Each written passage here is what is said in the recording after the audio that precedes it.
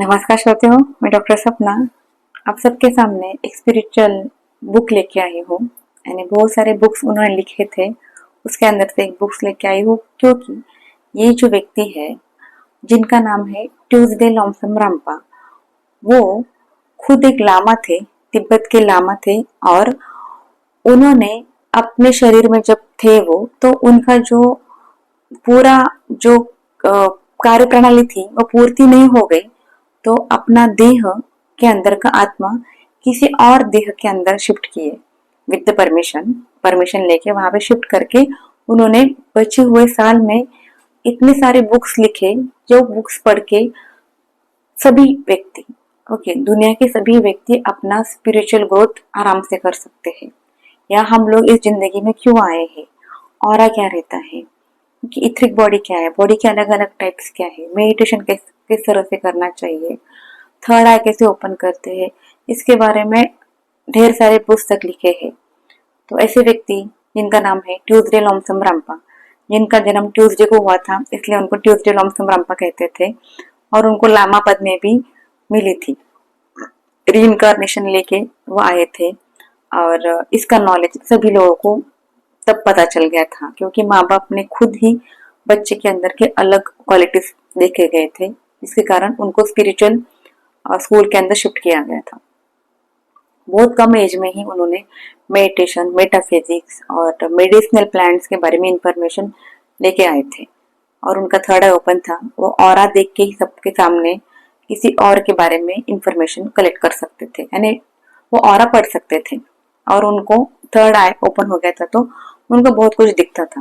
तो इस तरह की ट्यूसडे लोमसम रामपा, जब उनकी जिंदगी के एंड का समय आ गया था, तभी ये घटना एक तरह की, ठीक है। और दूसरी तरह क्या था, 1910, 8 अप्रैल 1910 को सिरिल हेनरी हॉस्किन हॉस्किन नाम का एक व्यक्ति ब्रिटेन में पैदा हो गया था। और पेशे से वो फोटोग्राफर था, प्लम्बर था, और वो एक पेड़ से नीचे गिर गया था, इसलिए उनको ब्रेन में हेमरेज हो गया था, यानी उनको मस्तिष्क के ऊपर आघात हो गया था। तो अब वो व्यक्ति जब नींद में से उठता है तो उनको दिखता है कि मेरे सामने एक भगवा कलर का तिब्बत का बौद्ध भिक्षु आके खड़ा है, और वो उनको पूछ रहा था कि लोमसम रामपा का आत्मा आपके शरीर के अंदर प्रवेश करने को परमिशन मांग रहा है, क्या आप देंगे? तो व्यक्ति जो था हॉस्किन, वो भी बोल रहा था कि मेरा तो कुछ भी काम नहीं हो रहा अच्छे से, और वो डिप्रेशन में भी था ऑलरेडी अपने अपने क्या बोलते लाइफ स्पैन से। तो उन्होंने परमिशन दे दिया। इस तरह से ट्यूसडे लोमसम रामपा का आत्मा हॉस्किन के बॉडी में आ गया, और हॉस्किन की बॉडी का आत्मा चला गया। उसको बोलते हैं माइग्रेशन या देहांतरण। ओके, इस तरह से होने के बाद फिर वो हॉस्किन खुद को कभी भी हॉस्किन नाम से पुकारता नहीं था। वो बोलता था कि मैं ये ट्यूसडे लोमसम रामपा हूँ, मगर वहां के लोग शायद मानने को रेडी नहीं थे वो इस चीज। उन्होंने उसकी परवाह नहीं की, और उन्होंने हर बार बाद में उन्होंने बुक्स लिखना स्टार्ट किए, क्योंकि उनका कार्य क्या था इस जगत में आगे कि लोगों की आत्मा की उन्नति के लिए हेल्प करना। तो इस तरह से उन्होंने कम से कम 19 पुस्तक लिखे थे ट्यूसडे लोमसम रामपा ने, जब उनका देहांतरण हो गया। ओके, थर्ड आई है उसके अंदर, इवन यू फॉर एवर है, द लंपा स्टोरीज है, बोथ थ्री लाइफ्स है। ऐसे ऐसे स्टोरीज थे कि वो बोलते थे कि ये स्टोरी को एक कहानी बन के मत पढ़ो, this is the truth of the life.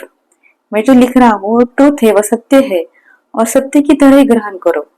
इसी कारण आपकी आध्यात्मिक प्रगति बहुत अच्छी हो जाएगी, और आप लोग उच्च स्थिति पे जा सकेंगे, that is the enlightenment stage के ऊपर भी जा सकते हैं करके। तो उसके बाद हॉस्किन का डेथ जो हो गया था वो 1981 में हो गया कनाडा के अंदर। और यू फॉर एवर बुक्स, इसके बारे में आपको बता रही हूँ मैं, वो बुक्स उन्होंने 1965 में लिखी थी, और 1956 में उनके अंदर रामपा प्रवेश किए थे। नियर अबाउट 25 ईयर्स तक वो हॉस्किन के शरीर के अंदर से अपने बुक्स लिखना काम कर रहे थे वो। तो ये पुस्तक क्यों चुना है बोले तो, ये पुस्तक जो है यू फॉर एवर, यानी तुम शाश्वत हो, इंग्लिश के अंदर तो लिखा है उन्होंने, और हिंदी का अनुवादन भी किया है इसका। और इस पुस्तक के अंदर इतनी सारी इंफॉर्मेशन है, मेटाफिजिक्स के बारे में है, और हम लोग जन्म से लेके मृत्यु तक के घटनाएं किस तरह से होते हैं, ऑरा क्या है, इथरिक बॉडी क्या रहता है, सिल्वर कॉर्ड क्या रहता है, ऐसे बहुत जो कि हम लोग कंफ्यूजन में रहते हैं। तो उसका स्टेप बाय स्टेप उन्होंने 30 अध्याय में इंफॉर्मेशन बताए हैं, जो कि मैं आप लोगों के सामने प्रस्तुत करना चाहती हूँ। मगर ये पुस्तक को स्टार्ट करने से पहले कुछ इंस्ट्रक्शन है, वो बहुत इंपॉर्टेंट है।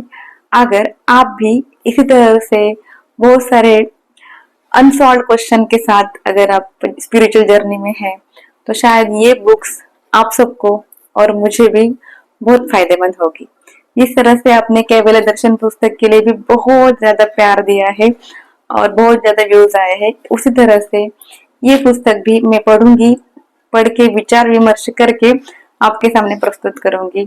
तो आई होप कि ये नए स्पिरिचुअल जर्नी के साथ हम लोग आगे बढ़ेंगे और अपना ग्रोथ बहुत बहुत आगे तक लेके जाएंगे। तो आशा करती हूँ कि नेक्स्ट एपिसोड आप देखेंगे पक्का जरूर, और हम लोग जल्दी से मिलेंगे नेक्स्ट एपिसोड में। Thank you. आपका दिन शुभ और मंगलमय हो।